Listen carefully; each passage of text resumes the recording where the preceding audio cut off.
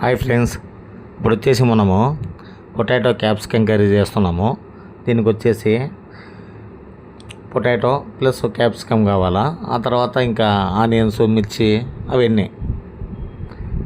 ఇప్పుడు మనం వచ్చేసి ఒక 2 పెద్ద పొటాటో, ఆ తర్వాత 2 గ్రీన్ క్యాప్సికమ్ తీసుకొని సన్నగా కట్ చేసుకొని పెట్టుకోవాలా. పెట్టుకున్న తర్వాత ఒక పెన్నంలో కొంచెం ఆయిల్ వేసుకొని, మన వేరుశనగపప్పు అంటారు, శనక్కాయ పప్పులు అంటారు, ఇవి వేసి బాగా ఫ్రై చేయాలి ఆయిల్లో. మీడియం ఫ్లేమ్లో పెట్టుకొని బాగా ఫ్రై చేయండి. ఎందుకంటే హై ఫ్లేమ్ అయితే కింద బయట మాడిపోతుంది, లోపల పచ్చిగా ఉంటుంది. అందుకే మీడియం ఫ్లేమ్లో పెట్టుకోండి. శనక్కాయ పప్పులు ఫ్రై అయిన తర్వాత ఒక 4 మిరపకాయలు, మీరు 4 పచ్చిమిరపకాయలు నిలువుగా కట్ చేసుకొని అవి కూడా ఆయిల్లో ఫ్రై చేయాలి. ఆ తర్వాత ఒక 2 ఉల్లిగడ్డలు కట్ చేసుకొని అవి కూడా దాంట్లోనే వేసి నీట్గా రంగు మారే వరకు బాగా ఫ్రై చేయాలి. మీకు తొందరగా ఫ్రై కావాలంటే కింద దానిపైన మూత పెట్టుకుంటే కింద వేడి బయటికి పోకుండా త్వరగా ఫ్రై అవుతాయి అన్నమాట. అదిగోండి అట్లా. ఇప్పుడు ఏం చేయాలంటే మనం ఒక టమోటా సన్నగా కట్ చేసుకొని ఆ టమోటాలు కూడా అందులో వేయాలి.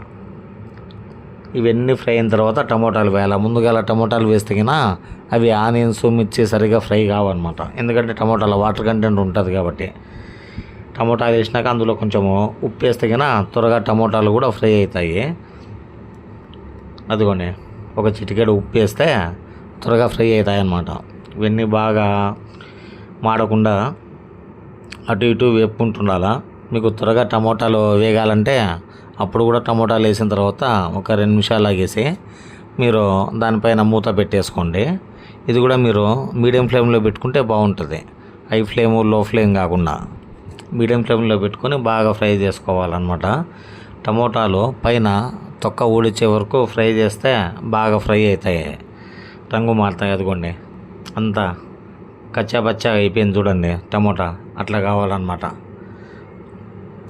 ఇప్పుడు బాగా ఫ్రై అయిన తర్వాత మనము ఇంకొక ప్యాన్లో వచ్చేసి సన్నగా కట్ చేసుకున్న పొటాటో ముక్కలు ఉన్నాయి కదా, పొటాటో ముక్కలు వేసి ఆయిల్లో బాగా ఫ్రై చేయాలి. అదిగోండి, పొటాటో ముక్కలు లావుగా కట్ చేసుకుంటే కిన త్వరగా ఫ్రై కావన్నమాట. పైన ఫ్రై అయితే కానీ లోపల పచ్చి పచ్చిగా ఉంటుంది. కాబట్టి కొంచెము ఒక రకమైన మీడియం సైజు కన్నా ఇంకా కొంచెం తక్కువ సైజులో కట్ చేసుకోవాలన్నమాట. కట్ చేసుకొని ఆయిల్లో ఫ్రై చేసుకున్న తర్వాత మీరు అదిగోండి అవి కూడా పైన రంగు మారుతాయి. రంగు మారే వరకు మీరు బాగా ఆయిల్లో ఫ్రై చేసేయండి. ఫ్రై చేసిన తర్వాత మళ్ళీ దాంట్లో కొంచెం లైట్గా ఉప్పు వేయండి. ఉప్పు వేస్తే కన్నా అవి కూడా త్వరగా ఫ్రై అవుతాయి.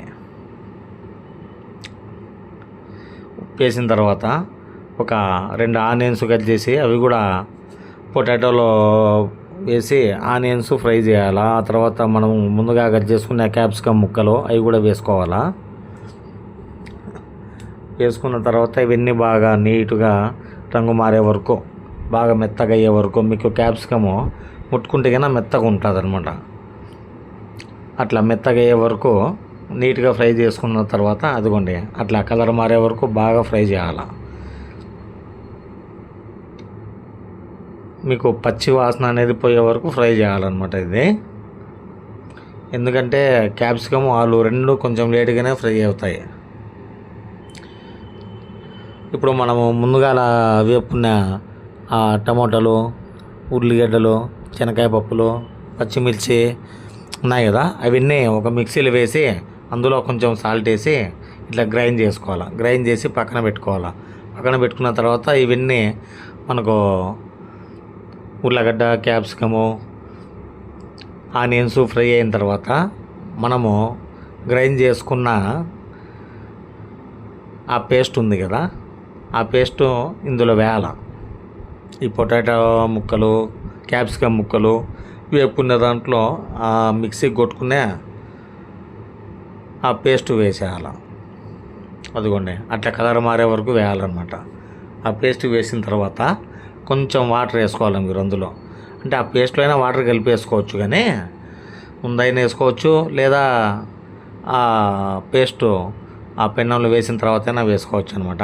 ఆ తర్వాత కొద్దిగా ధనియాల పొడి, కొద్దిగా గరం మసాలా, ఎక్కువ లేదు, కొంచెం కొంచెమే వేసి బాగా ఉడికించాల.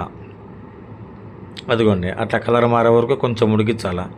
అది కొంచెము ఉడికేటప్పుడు లైట్గా ఒక చిటికెడు పసుపు కలర్ కోసము, ఎల్లో కలర్ ఉంటే బాగుంటుంది కాబట్టి.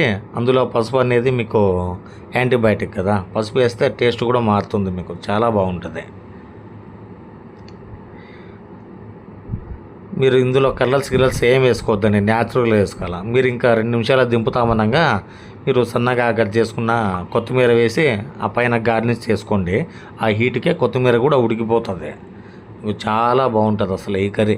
ఎంత సింపుల్గా న్యాచురల్గా చేసుకోవచ్చు. ఈ కర్రీ వచ్చేసి మీకు చపాతీలోకి తినచ్చు, పుల్కాలోకి తినచ్చు, అన్నంలోకి కూడా తినచ్చు అనమాట. ఏ దాంట్లోకైనా మీకు చాలా టేస్టీగా ఉంటుంది మీకు ఇది. మీకు దీంట్లో టేస్టింగ్ సాల్ట్, కలర్స్ ఇలాంటివి ఏం లేకుండా వేస్తూ ఉన్నాం మనము. కాబట్టి న్యాచురల్ పద్ధతిలో మీరు పొటాటో క్యాప్సికం కర్రీ 20 మినిట్స్లో ఈజీగా తయారు చేసుకోవచ్చు. అదిగోండి గుమగుమలాడే పొటాటో క్యాప్సికం కర్రీ రెడీ. తినండి, పోయి తినేసి ఆనందించండి. మీరు ఎవరైనా పొటాటో క్యాప్సికం కర్రీ మీ ఇంట్లో చేసుకుంటే కామెంట్ చేయండి. చేసుకోకుంటే మాత్రం ఖచ్చితంగా చేసుకొని తర్వాత కామెంట్ పెట్టండి, ఓకేనా? ఛానల్ సబ్స్క్రైబ్ చేసుకోండి, లైక్ చేయండి, షేర్ చేయండి. పొటాటో కర్రీ హ్యాపీగా కడుపు నిండా